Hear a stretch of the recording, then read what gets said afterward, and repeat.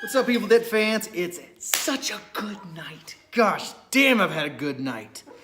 Now, this video, we're going to talk about the workshed chainsaw, the flat top. Now, I've been working on the one for the gentleman out in Sweden, my good friend Oscar. I'm going to go over some lightweight details and where I'm at in the build as well. But the first thing before that you're going to notice is I'm wearing my old school Kansas City Chiefs jersey. Now, if you don't know who number 19 was, that was Joe Montana when he was on the Chiefs, which he did diddly shit on the Chiefs. But yet, I've always been a Joe Montana fan, and Joe Montana is still the GOAT to this day. Now, if you don't know football terms, the GOAT means greatest of all time. Now, some people can argue that Tom Brady is the GOAT because of his stats. I don't think so. Tom Brady is in an era of quarterbacks to where it's like, have you ever seen Mad TV, the character Stewart, where he goes, "No, don't touch me. Look what I can do." He's one of those quarterbacks to where if you don't touch him, he's good. He's in that era, in my opinion. He's in that era. And if your wins are questioned by, they might have cheated, yeah. Now, he's not by any means the GOAT, because if a Super Bowl win is questionable of an actual win, if you have an asterisk next to a win, you're not the GOAT. He's good, but he's not that good. If you hit him, he crumbles like a stack of Jenga blocks. He does. And he can't catch, and he runs, he runs like a horse that is missing like two legs, and the other leg's like wrong, like shorter than the other leg. He's just kind of like, yeah, that's Tom Brady in my opinion. But if you're a Patriots fan, that's fine. If you guys win tomorrow, be scared. The Chiefs, Mahomes, he's the #1 quarterback in the NFL right now. Tonight, luck on the Colts, didn't do diddly shit. But if you're a Colts fan, I do like the Colts. Nothing wrong with the Colts. I actually like the Browns, like the Bengals. I do like the underdogs. Sooner or later, you guys will have your time. But right now, it's the time of the Chiefs. And of course, I had to wear my old school Joe Montana jersey from the Chiefs that I got a long time ago. It's really tight. I got this like in 8th grade, and I haven't really grown any taller. I've grown like kind of wider. So this tells me if I'm getting fat or not, if I can wear this thing. But right now, I can still wear it. So if I ever go like out to here, then yeah, it's time to go on a diet once that happens. Okay, let's get into the build, guys. Okay, now this flat top I'm doing, this workshed chainsaw, is a super lightweight one. Now this one has to go on a full-size mannequin bust of Ash from Evil Dead 2. Now, if I piss anybody off about the football thing, it's just football, guys. It's just football. So one of the biggest things that can hinder your weight for accuracy, for the look, is it's not called a flywheel, I call it the flywheel, is this piece right here. I call it the flywheel. It's made of steel. It's quite heavy. So what I did is I molded a flywheel. So it looks like this. Nice and lightweight. It's hard as a rock. It's hollow on the inside. I drilled a hole through it, sanded it down flat. It's actually a 1/16 of an inch shorter, but I really wanted it that much shorter for chain placement. I'm trying to save room on the inside because I'm going to do a molded panel of the motor, such as this. Now, if you're building a lightweight one or you're doing a con-safe chainsaw, it is very ideal to make it lightweight with this, since you're going to be carrying around all day, and you won't have a real chain or a heavy-duty chain or a real chainsaw bar. If you are going with a real look and you're using a real chainsaw bar and a real chain, I do suggest to go with the original because it can handle any kind of stress. The chain can handle any kind of stress against this piece here because the chain wraps around here. Now, if you have a heavy-duty chain and a bar and you have a lot of stress against here with one of these, that chain's going to grind into this. So if you do decide to go with this, with a real chain, once you have your placement, just leave it there. Don't constantly change it because it will grind it down. But let's go to the details here. Here's the original, and here's the molded one. It looks dirty. I've been working on it a little bit. You can see it's got the edges that are perfect. It has the little grooves because this is a used flywheel. I re-drilled a hole in here. It doesn't have, the holes don't have to match. It just depends on the bolt that you're using. So what I did, let me get my mold here, is I used this rubber stuff for molding, and I got a large cup and I cut it in half and then taped it, the bottom of it, all the way around, nice and tight with black tape. So this was how the cup looked on there. Then I got my flywheel and made sure it was completely flat against the bottom of that cardboard, centered. And then I just poured my rubber molding stuff on and I let it sit overnight. And then the next day, I took it out of the cup, and this is what I had, a complete mold. Oh, but one thing that you want to do too, if you're going to do this, you get some clear tape and cover this hole. You want that completely covered, or else that rubber is going to get inside of this thing, and you don't want that. So you want to cover that up so you get basically the outside form of this. Now, if the clear tape gets stuck to this or anything, that's fine. You can just pull it right off. Okay, so the next day I had this, right? So what I did to keep it hollow, instead of worrying about it filling up, is when I did this, so let me put it back in here, like it was like this. I took some modeling clay, modeling clay that actually dries over time, not by the stove or anything like that, just kind of like sits out for like 2 days. I made a piece that would fit in here, not too wide and not too deep. I let it sit for 2 days. It wasn't quite cured yet. And then I took that piece that I'm talking about that wasn't quite cured. I grabbed one of those thick popsicle sticks, those really super thick ones. I screwed it to that piece, that clay piece. And so I sat it over top the mold.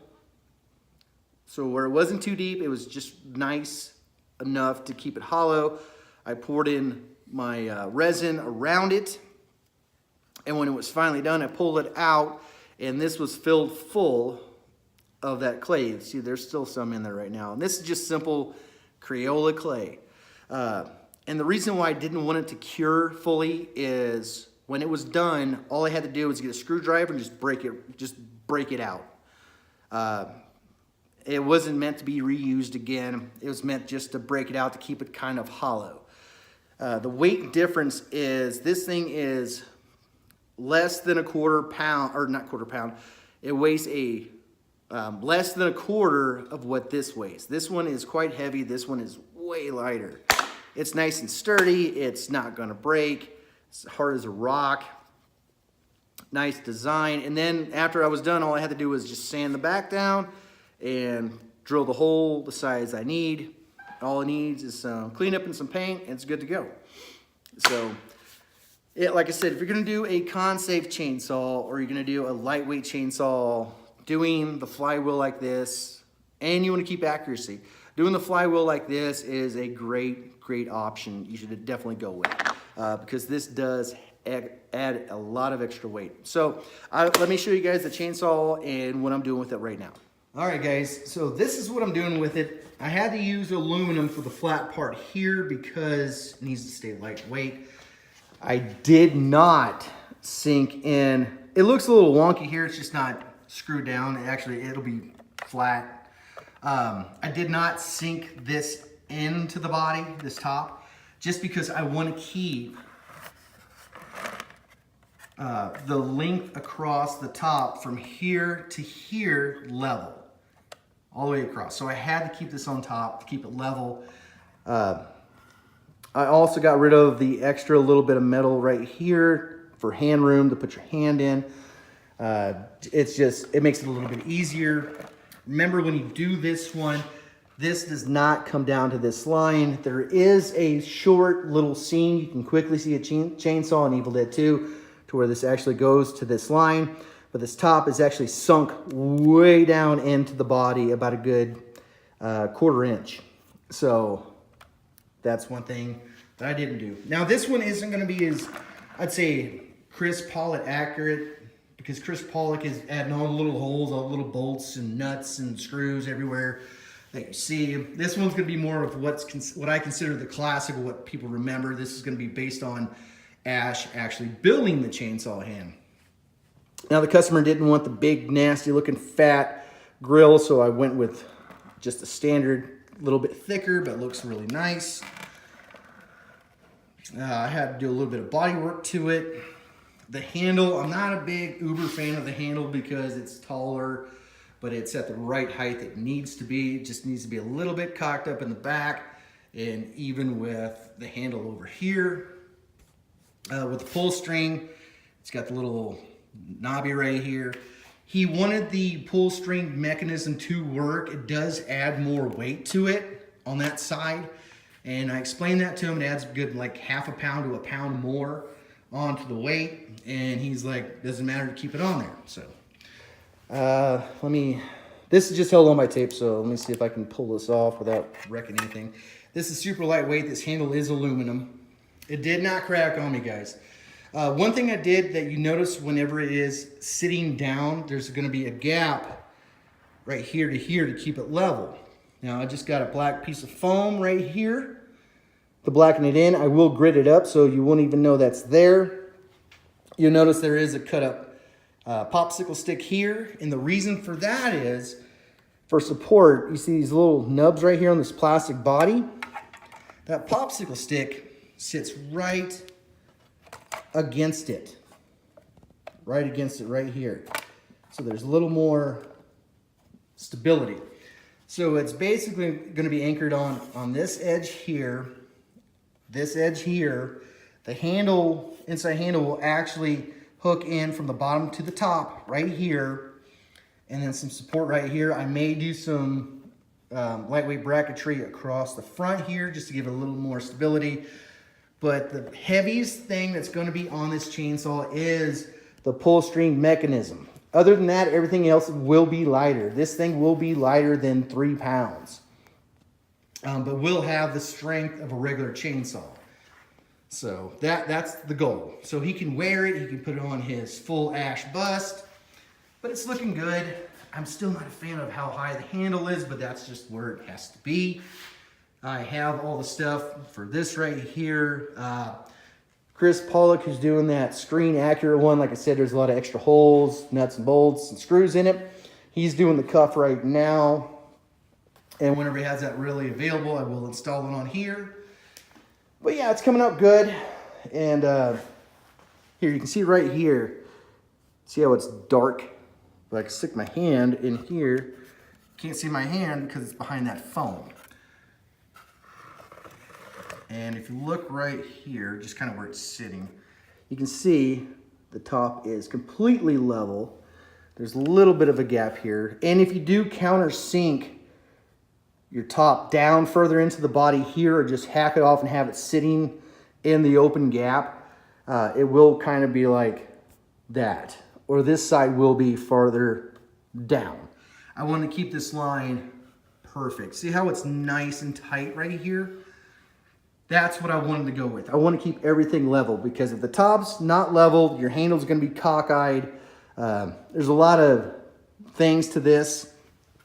But this one's going to be specifically scene-wise as much as possible. It's going to be what I call the classic, what people remember. And it's going to be more specific to the one that Ash is working on for his hand in the workshed. Not the one that he actually puts on his hand. There's going to be little variables, but I am not putting all the black tape on the front because that looks freaking hideous.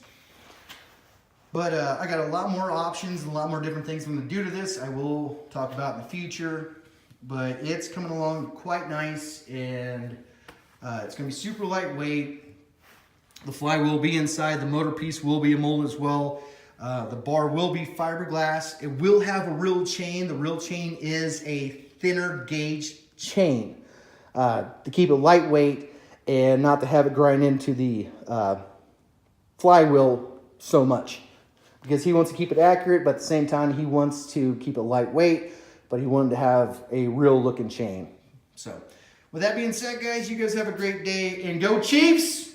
And whoever you guys are rooting for tomorrow, I hope you guys in the playoffs in the NFL, I hope you guys' teams win. Unless you're a Chargers fan, because I absolutely hate Rivers, because Rivers reminds me of like a bully in school. He thinks he's like a not a bully, but like an athlete in school, like in middle school. He thinks he's a badass. But once like you punch like the poor kid at school like punches him in the face, he like whines and shit to the teacher like he does with the refs. I'm not a big fan of Rivers, and he's got like 8 million kids too, which is that's his prerogative, I guess. Oh, and by the way, don't forget to check out XXX Gothman XXX. He has a new video out right now. He is doing an Aquaman suit, and right now he's working on the boob armor and the padding. If you don't know what I'm talking about, go check him out. Until next time, you guys stay groovy. Bye.